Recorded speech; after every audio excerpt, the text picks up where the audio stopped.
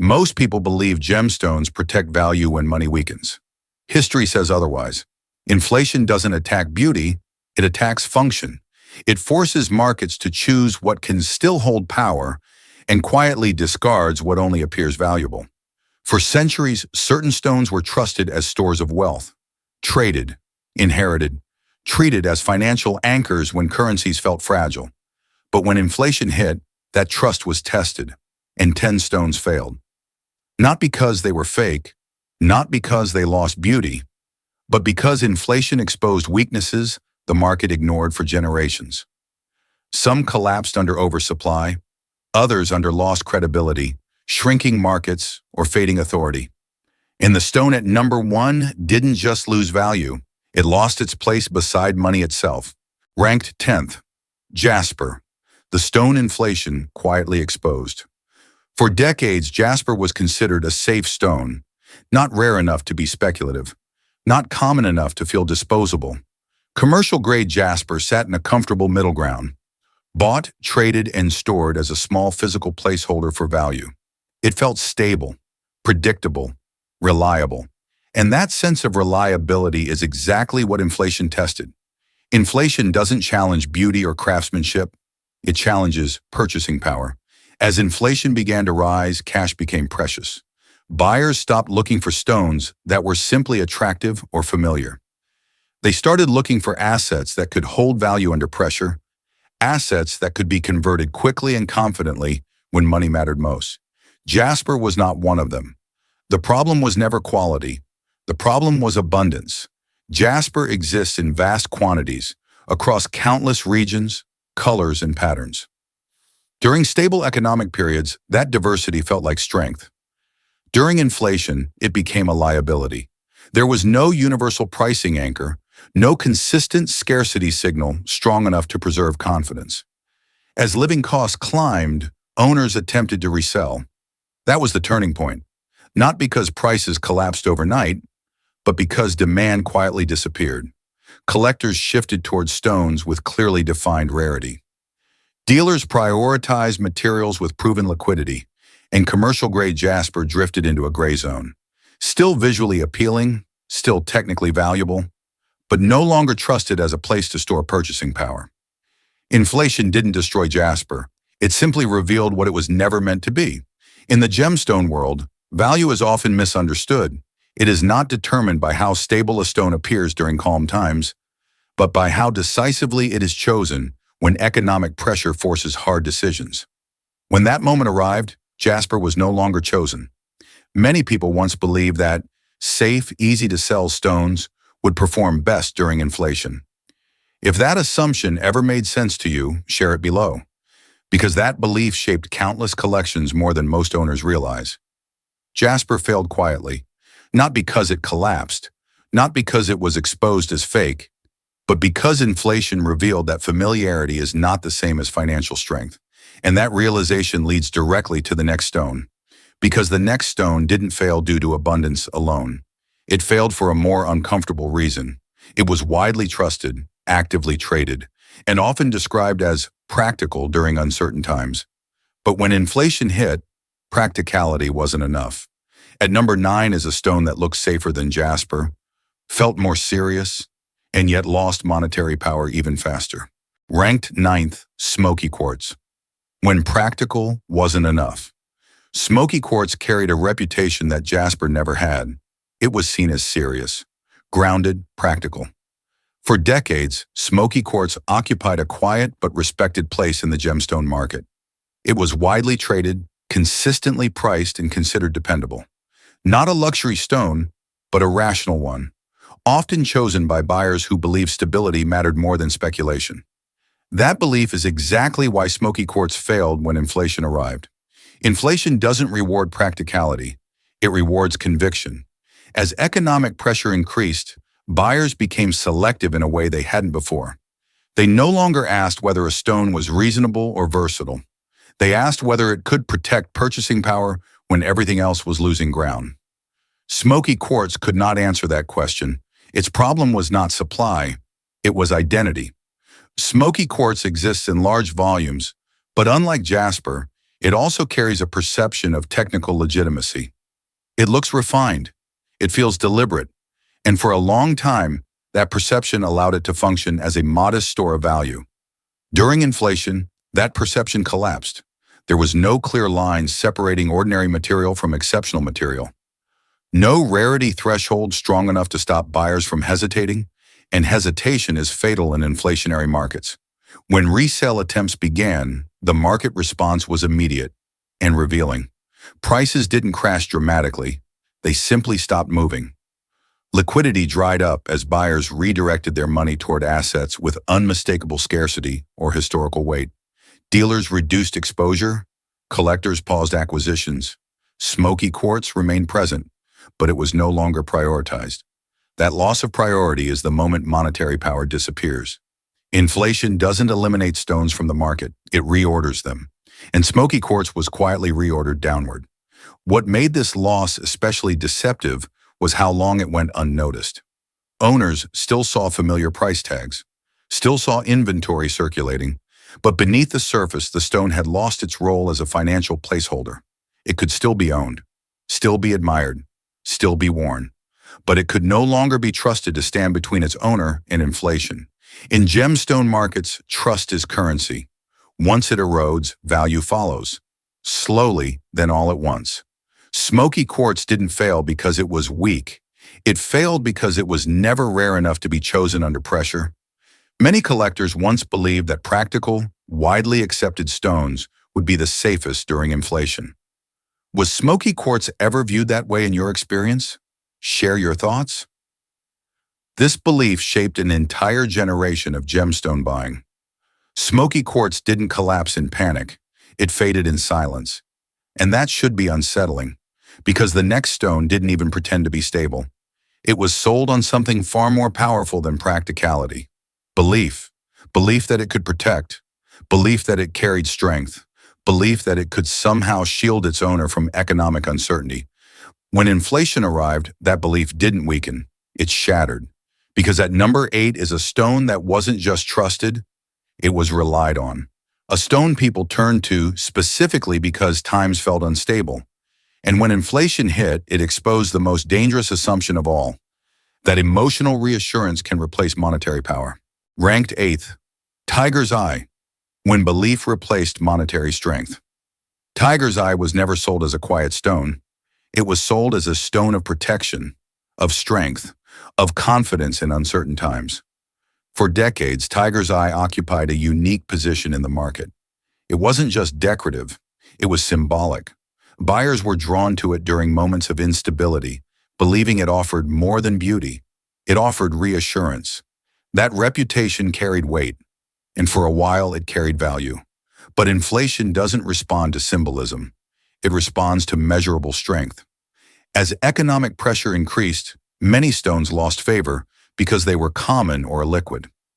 Tiger's Eye failed for a different reason. It was chosen because times felt uncertain. And that choice was rooted in belief rather than economics. During inflationary periods, buyers become ruthless. They stop asking what a stone represents and start asking what it can actually preserve. Can it retain purchasing power? Can it be resold without hesitation? Can it compete with assets that have proven scarcity? Tiger's Eye could not. Its supply was abundant and globally accessible. Its pricing was fragmented. And most critically, its value relied heavily on narrative rather than constraint. When inflation squeezed budgets, narratives were the first thing to be cut. Resale markets revealed the truth quickly. Demand didn't crash in a dramatic wave. It thinned. Dealers became cautious. Collectors redirected funds. What had once been marketed as a grounding stone was quietly reclassified as optional. Something to own, not something to rely on. That shift marked the loss of monetary power. Inflation has a way of exposing uncomfortable distinctions between feeling secure and being secure, between emotional value and economic value. Tiger's Eye lived on the wrong side of that divide. Even as prices appeared stable on the surface, its role had changed. It was no longer considered a place to store value during uncertainty. It had become a reminder of how easily confidence can be mistaken for protection. In gemstone markets, belief can elevate a stone, but only scarcity and liquidity can defend it. When inflation forced buyers to choose, Tiger's Eye was admired, but it was not chosen. And once a stone is no longer chosen under pressure, its monetary role is effectively over. Tiger's Eye has long been associated with strength and protection. When economic pressure rises, do you think symbolism still matters? Or does value become purely practical? Share your perspective below. Tiger's Eye failed because belief was mistaken for protection. But belief is at least active. It asks something of the buyer. The next stone failed for a quieter reason. It didn't promise strength. It didn't claim protection. It offered something far more subtle: comfort. At number 7 is a stone that was never chosen to defend against inflation. It was chosen to feel safe from it. And when inflation turned emotional value into a liability, this stone lost monetary power faster than almost anyone expected. Because sentiment, unlike belief, doesn't survive pressure. Ranked 7th, rose quartz. When sentiment became a liability. Rose quartz was never marketed as a defensive stone. It didn't promise protection. It didn't suggest strength. It offered something gentler: reassurance. For decades, rose quartz occupied a unique emotional space in the gemstone world. It was associated with calm, connection, and emotional balance. Buyers were drawn to it during periods of uncertainty, not because they expected it to grow in value, but because it felt comforting to own. And for a long time, that was enough. But inflation does not negotiate with sentiment. It converts emotion into exposure. As economic pressure increased, spending behavior changed in subtle but decisive ways. Buyers didn't abandon rose quartz because it lost beauty or meaning. They abandoned it because comfort stopped being a justification for holding value. The weakness of rose quartz was not supply alone, though supply was abundant. The deeper problem was its emotional positioning. Rose quartz was purchased to feel good, not to endure pressure. When inflation reduced discretionary spending, emotional purchases were the first to be postponed. What once felt nurturing now felt optional, and optional assets do not retain monetary power during inflation. Resale markets reflected this shift almost immediately. Interest softened. Dealers deprioritized inventory. Collectors, forced to make choices, redirected funds towards stones with clearer scarcity or historical financial relevance. Rose quartz remained visible everywhere, in shops, in collections, in cultural imagery. But visibility is not liquidity. Inflation exposed a hard truth. Stones that depend on sentiment lose value not because sentiment disappears, but because sentiment cannot compete with necessity. Even owners who never intended rose quartz to function as an investment began to notice the change. The stone still held meaning, but it no longer held leverage. It could not be exchanged confidently. It could not stand in for purchasing power. It could not justify its place when financial priorities tightened. This is how monetary power fades, not through collapse, but through irrelevance. In economic stress, buyers are forced to separate what feels meaningful from what functions meaningfully. Rose quartz fell on the wrong side of that division. It didn't fail because it was flawed. It failed because emotion is fragile under inflation, and once a stone is categorized as emotionally valuable rather than economically resilient, its monetary role is effectively over. Rose quartz is often chosen for emotional reasons rather than financial ones. When inflation rises, should sentimental value still matter? Or does necessity always win? Share your perspective below. Rose quartz lost monetary power because emotion couldn't survive economic pressure. But the next stone didn't fail because of feeling at all. It failed because of numbers, supply curves, production volumes, resale friction. At number 6 is a stone that had real demand, real visibility, and real commercial momentum. Yet inflation exposed a weakness that had nothing to do with belief or sentiment.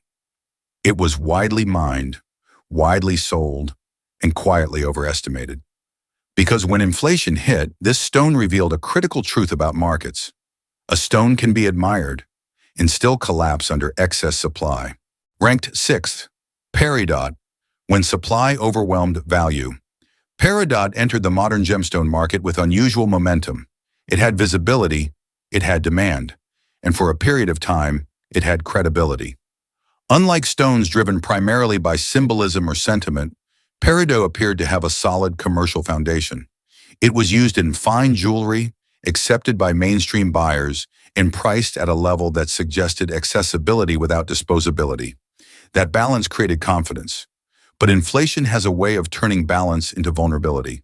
As economic pressure increased, Peridot encountered a problem that sentiment could not explain and belief could not defend against. Scale. Large, consistent production volumes meant Peridot was always available. New material entered the market steadily, regardless of demand conditions. In stable times, this reliability was seen as strength. In inflationary conditions, it became a liability. When purchasing power shrank, buyers became selective. Stones were no longer judged by how widely accepted they were, but by how difficult they were to replace. Peridot struggled under that scrutiny. The issue was not that Peridot lacked beauty or legitimacy, it was that too much of it existed at the same time. Inflation forced a reordering of priorities. Dealers reduced inventory exposure, collectors delayed purchases, secondary markets slowed as buyers realized there was no urgency to act. Peridot would still be there tomorrow, and likely at similar terms. That realization undermined its monetary role. Prices did not collapse dramatically. Instead, movement stalled. And when an asset stops moving during inflation, it effectively stops functioning as a store of value. Peridot revealed a harsh truth about gemstone markets. Scarcity does not need to be absolute, but it must be felt. Peridot's availability erased that feeling. There was no pressure to buy, no incentive to convert cash into stone quickly, and no confidence that holding it would preserve purchasing power better than waiting. Inflation exposed the difference between market presence and market leverage. Peridot had presence, it lacked leverage. As costs rose and financial decisions became sharper, Peridot slipped into a lower tier of priority. It remained respected, but it was no longer relied upon. And once a stone loses its role as a reliable placeholder for value, its monetary power fades, even if its price appears stable on paper. This is how inflation quietly rewrites markets. Not by removing stones entirely, but by revealing which ones cannot withstand excess supply under pressure. Peridot didn't fail because it was weak. It failed because availability overwhelmed urgency. Peridot was once seen as commercially reliable and widely accepted. During inflation, do you think availability becomes a risk rather than an advantage? Share your perspective below. Peridot lost monetary power because it was everywhere. Supply erased urgency, availability erased leverage. But the next stone didn't lose value because there was too much of it. It lost value because people stopped knowing what they were actually buying. At number 5 is a stone that inflation didn't just pressure, it confused. Natural or treated, genuine or altered, stable or questionable. When inflation forced buyers to be precise, uncertainty became fatal. Because once credibility breaks, no amount of supply control can save a market. Ranked 5th, Citrine, when trust became the weakest asset. Citrine once appeared to be a model of accessibility done right. Bright, marketable, and positioned as a cheerful, commercially viable stone with broad appeal. For years, Citrine occupied a comfortable place in the gemstone market. It was affordable yet respectable, widely used in jewelry, and understood by buyers as a legitimate yellow gemstone option. In stable economic periods, that clarity supported steady demand.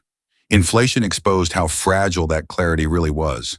The problem was not Citrine itself. The problem was credibility. As inflation tightened budgets, buyers became more careful. Every purchase had to justify itself. Every asset had to be clearly defined.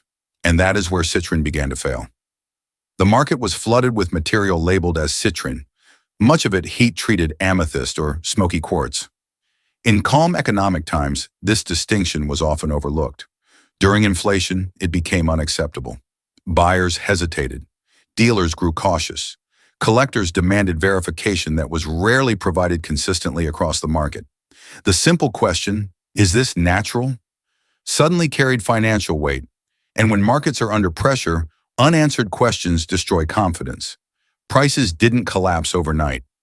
Instead, transactions slowed. When trust erodes, liquidity follows. Citrine became difficult to price accurately, difficult to resell confidently, and difficult to defend as a store of value. Even genuinely natural citrine suffered, pulled downward by widespread uncertainty. Inflation magnified a long-standing problem, a market that had blurred its own definitions. Once buyers could no longer distinguish between natural scarcity and treated abundance, they stopped treating citrine as a reliable asset altogether. The stone didn't lose beauty, it lost credibility. In gemstone markets, credibility is not optional. It is foundational. Without clear differentiation, even honest material becomes suspect, and when inflation forces buyers to be selective, suspicion is enough to redirect money elsewhere. Citrine's monetary power faded, not because it lacked demand, but because it lacked trust under pressure. Inflation didn't punish citrine for what it was. It punished the market for what it failed to clarify. And once credibility is compromised, recovery is slow, even after economic conditions improve. This is one of the most dangerous ways a gemstone can lose value. Not through excess supply, not through shifting taste, but through confusion. Because in times of inflation, uncertainty costs more than scarcity. Many buyers never realized how much treated materials shape the citrine market. When inflation hits, should transparency matter more than affordability? Share your thoughts below. Citrine lost monetary power because trust became optional. And optional trust doesn't survive inflation. But the next stone didn't suffer from confusion. It suffered from classification. At number 4 is a stone that once sat confidently in the middle of the market. Not rare enough to be elite, not common enough to be dismissed. That position felt secure, until inflation arrived and exposed a brutal truth. When money tightens, the middle tier collapses first. Because during inflation, assets are either essential or they are replaced. Ranked 4th, commercial garnet. When the middle tier collapsed. Commercial garnet once represented balance. It was widely recognized, broadly traded, and positioned squarely between rarity and affordability. For decades, garnet occupied a dependable middle tier of the gemstone market, respected enough to be taken seriously, yet accessible enough to move consistently. That position felt secure. Inflation exposed how fragile it really was. When economic pressure increases, markets polarize. Buyers stop spreading value across tiers and begin concentrating it. Money flows either upward toward assets with undeniable scarcity or downward toward pure utility. The middle tier becomes expendable. Commercial garnet lived entirely within that vulnerable zone. It was not rare enough to be protected by scarcity. It was not cheap enough to be ignored by budget constraints. And it was not essential enough to justify holding when purchasing power shrank. As inflation accelerated, garnet's problem wasn't perception or supply. It was replacement. Buyers realized there were alternatives. Collectors realized there were better hedges. Dealers realized capital was better allocated elsewhere. Resale markets reflected the shift almost immediately. Interest softened, turnover slowed, and pricing became defensive rather than confident. Garnet didn't disappear, it lingered. And lingering is a dangerous state during inflation. Prices appeared stable on the surface, but beneath that stability was hesitation. Inflation has a way of exposing what price alone cannot. It reveals whether an asset is being held out of conviction or merely out of habit. Commercial garnet was held out of habit. Once buyers were forced to choose, habit was not enough. This is how mid-tier assets lose monetary power. Not through collapse, but through displacement. Value migrates away quietly, leaving behind materials that are still valid, but no longer prioritized. Garnet's long history and technical legitimacy could not protect it from this shift. The market did not reject garnet. It simply stopped depending on it. And dependency is the foundation of monetary relevance. In inflationary environments, assets that fail to command urgency are sidelined. Commercial garnet found itself exactly there, respected, recognized, but no longer relied upon to preserve value. This is the most dangerous position a stone can occupy. Not worthless, not unwanted, just unnecessary. Commercial garnet once sat comfortably in the middle of the market. During inflation, do mid-tier assets disappear because they're flawed or because markets are forced to choose extremes? Share your perspective below. Commercial garnet lost monetary power because it was pushed out of the middle. But the next stone didn't lose value because of market position. It lost value because history itself changed its mind. At number 3 is a stone that was once treated as elite, once reserved for royalty, once protected by law, culture, and status. For centuries, it wasn't just admired, it was respected. But inflation didn't challenge its beauty. It challenged its relevance. And when economic pressure erased the difference between prestige and practicality, this stone lost something far more damaging than price. It lost its status. Ranked third, Amethyst. From royal stone to economic casualty. For much of recorded history, amethyst was not a secondary stone. It was elite. In ancient civilizations and across medieval Europe, amethyst stood alongside the most prestigious gemstones of its time. It adorned crowns, religious objects, and royal regalia. Its ownership was restricted not by price alone, but by status. In some eras, wearing amethyst without rank was discouraged or forbidden. That historical authority mattered. For centuries, amethyst carried more than color. It carried institutional trust. But inflation has a unique ability to dismantle legacy. The decline of amethyst did not begin with inflation. It began long before, with the expansion of supply. Large discoveries made the stone more accessible, more visible, and more widely used. Over time, rarity eroded. Prestige softened. Yet amethyst retained cultural respect, and for many buyers that history still justified its place as a modest store of value. Inflation was the moment that illusion ended. When purchasing power weakened, buyers stopped honoring historical reputation. They began asking harder questions. Does this stone still command scarcity? Does its past still protect its future? For amethyst, the answer was no. Inflation didn't strip amethyst of beauty or craftsmanship. It stripped it of priority. In pressured markets, buyers choose assets that either solve a problem or preserve power. Amethyst did neither decisively. Its price point placed it above impulse purchases, but below serious hedges. Its legacy was respected, but not actionable. Resale behavior revealed the shift clearly. Amethyst remained available everywhere, yet urgency disappeared. Dealers treated it as dependable inventory, not strategic stock. Collectors appreciated it aesthetically, but no longer relied on it financially. That is how status truly collapses. Not when something becomes unwanted, but when it becomes taken for granted. Amethyst suffered a uniquely painful fate. It was not rejected as inferior. It was accepted as ordinary. And in inflationary conditions, ordinariness is fatal to monetary power. History could not protect it, tradition could not rescue it, and reputation could not compete with scarcity. Inflation exposed the final truth about amethyst. Prestige without constraint is only memory. Once a stone is remembered more than it is relied upon, its role as a financial placeholder is finished. Amethyst crossed that threshold quietly but permanently. It still belongs in collections. It still belongs in culture. But it no longer belongs in conversations about preserving value under pressure. That is what inflation ultimately takes away. Not objects, but authority. Amethyst was once considered a royal stone, equal in status to far rarer gems. When inflation hits, should history still matter? Or does scarcity always rewrite the hierarchy? Share your thoughts below. Amethyst lost monetary power because its prestige could no longer protect it. History remembered it. Markets moved on. But the next stone didn't lose value because it became ordinary. It lost value because its world became smaller. At number 2 is a stone whose worth was once reinforced by culture, tradition, and regional dominance. It wasn't just respected, it was deeply embedded in specific markets. That strength looked permanent, until inflation revealed a critical weakness.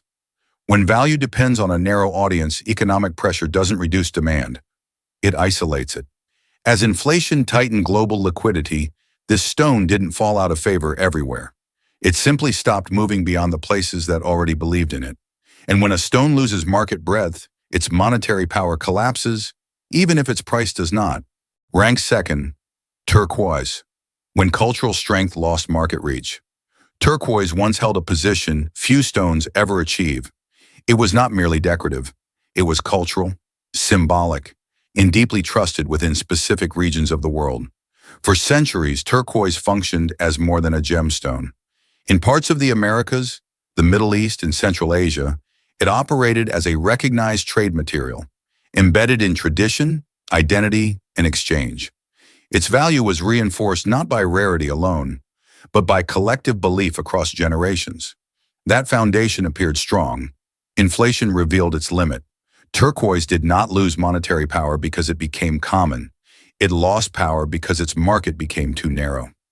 As global inflation tightened liquidity, gemstone markets consolidated. Buyers reduced risk by concentrating on assets with broad, international demand. Stones that could move easily across borders, cultures, and resale channels.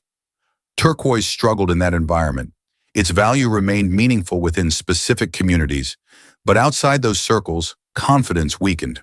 Demand did not vanish, it contracted. And contraction is far more damaging than decline. When market breadth shrinks, resale becomes conditional. When resale becomes conditional, monetary power disappears.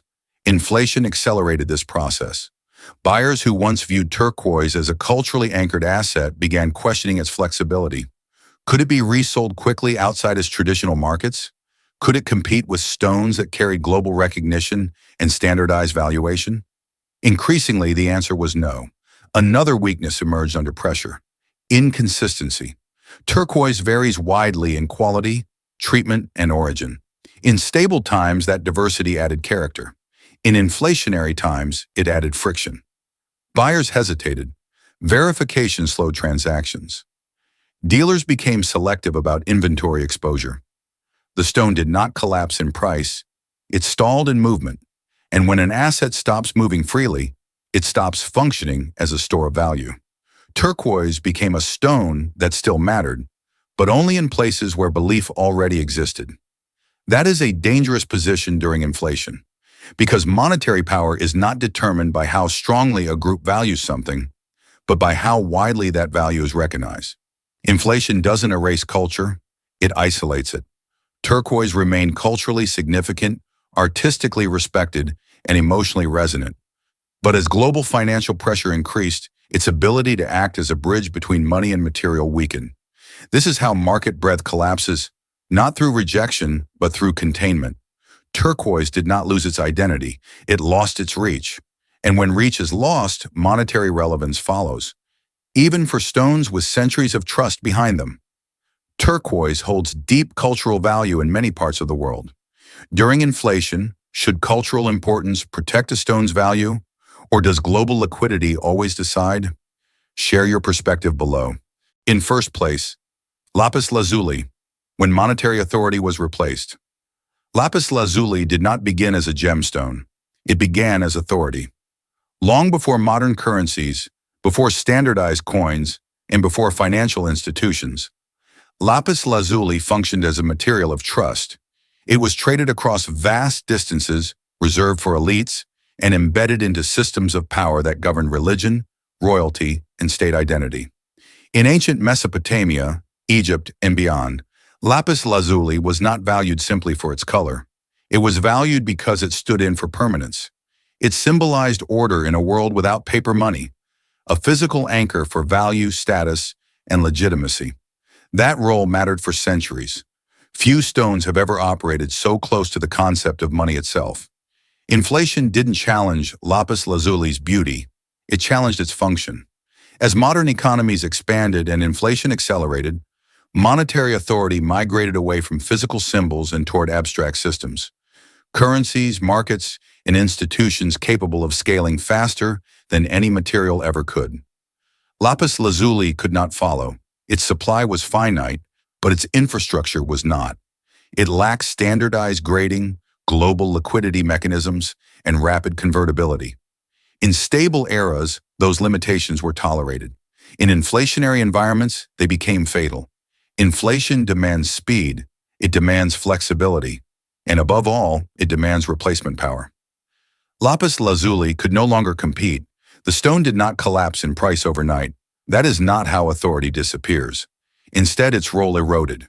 It was no longer consulted by markets, no longer referenced as a reliable intermediary between value and exchange.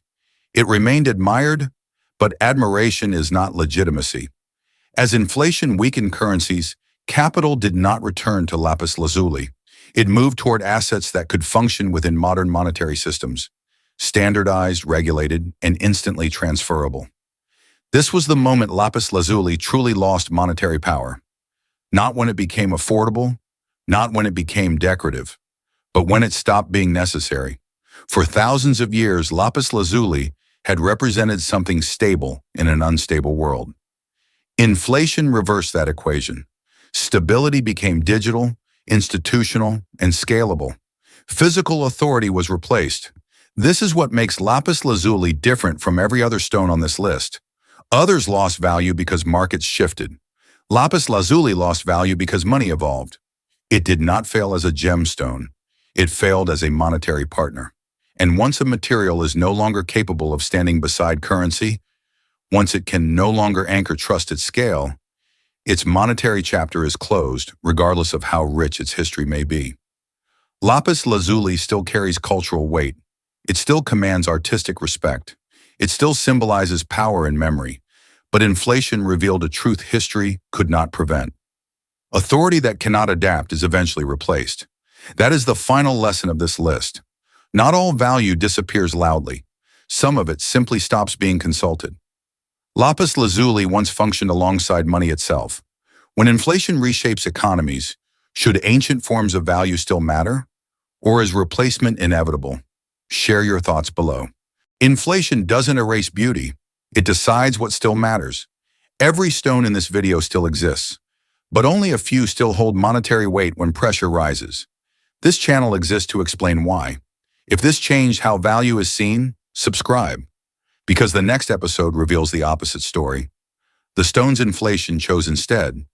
Which stone surprised you the most?